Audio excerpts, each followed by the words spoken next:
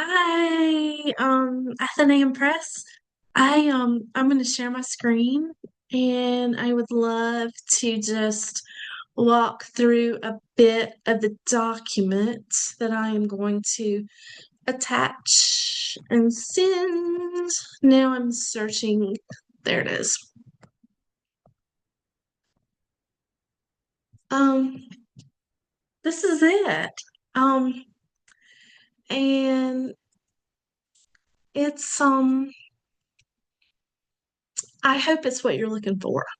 So, what I did was I started out with this table of contents, and I think that I wrote on each one of them about how many lines, if it was a poem, or words, if it was prose. But what you'll see is the book is very simply organized. We chose 8 categories to structure our letters in, and they're letters of blessing, introduction, instruction, witness to the past, witness to the present, release, reclamation, release, celebration. I hope I'm not making you dizzy.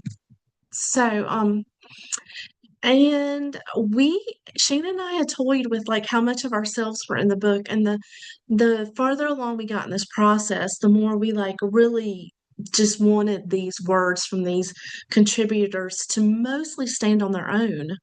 So Shannon wrote what we're going to call the intro, and we wrote it as a letter. And I wrote a little thing at the end, which I called a postscript. And I think that if you read the Dear Reader, I think it's 400 words. And I think if you read the postscript, that you're going to get the gist of what we did and what we kind of believe this book is.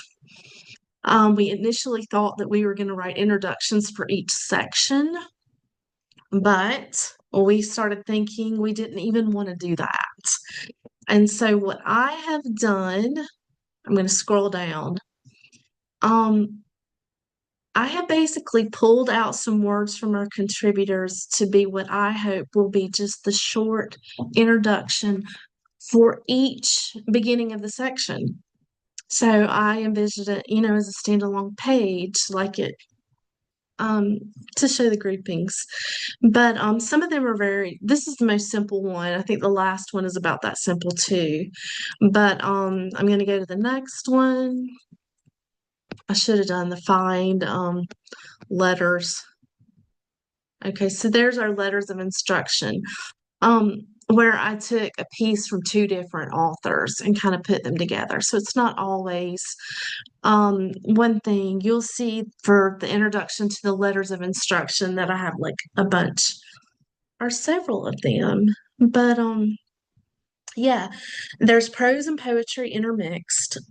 There are several that are actually kind of a letter and then maybe a poem added. So, if possible, I just kind of wanted to somehow maybe y'all try to design the pages where they were together. Like the poem is going to kind of match the letter, but I think I did it in red when I had a suggestion for that. There's a couple places I have hold this spot for 1100 words. I think there's 2 of those spaces, and I did not drop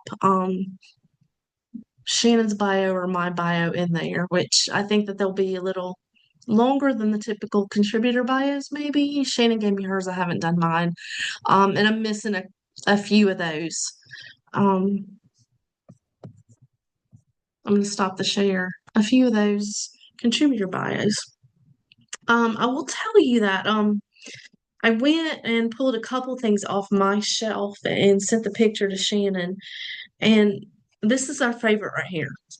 So if you can see this book, it's by a Jewish rabbi, Steve Leader, and it's called For You When I'm Gone 12 Essential Questions to Tell a Life Story. We don't like the font on it, but do you see how it is an envelope? We're in love with that whole idea of the book being an envelope. This is actually a hardback, but it's small. Um, It has blurbs on the back. In my dream, we would be able to actually get some blurbs. I would love for some people of some name stature to blurb our book. If they didn't, um, I guess um we could do quotes from the inside of the book. But anyway, I'm kind of in love with the hardback too, but that would probably price us out. But yeah, the whole envelope thing. The words that we think of when we think of our book are precious, intimate, close, raw, um, heritage. I even use the word sacred, like a treasure hope chest that you would go looking for, and find the family Bible and a little letter, to yourself. Um, we like the idea of